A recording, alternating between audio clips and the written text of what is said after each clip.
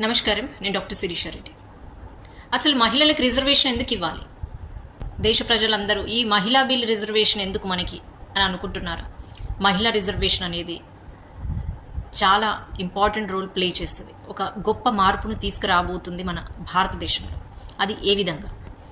మన పాపులేషన్లో 50% మహిళలు ఉన్నారు. అంటే మహిళలు ఉన్నందుకే అడుగుతున్నామని కాదు. మహిళల వల్ల మన దేశ అభివృద్ధి ఏ విధంగా తోడ్పడుతుంది మన దేశ అభివృద్ధికి అన్నది ముఖ్య కారణం.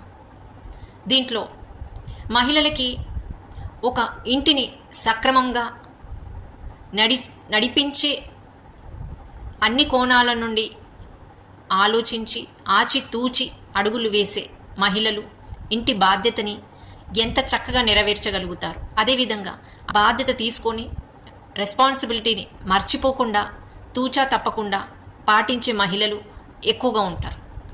రౌడీజాన్ని తగ్గించే ఆస్కారం ఎక్కువగా ఉంటుంది. అవినీతిని అక్రమాలను తొలగించే మార్పును తీసుకురాగలుగుతాము.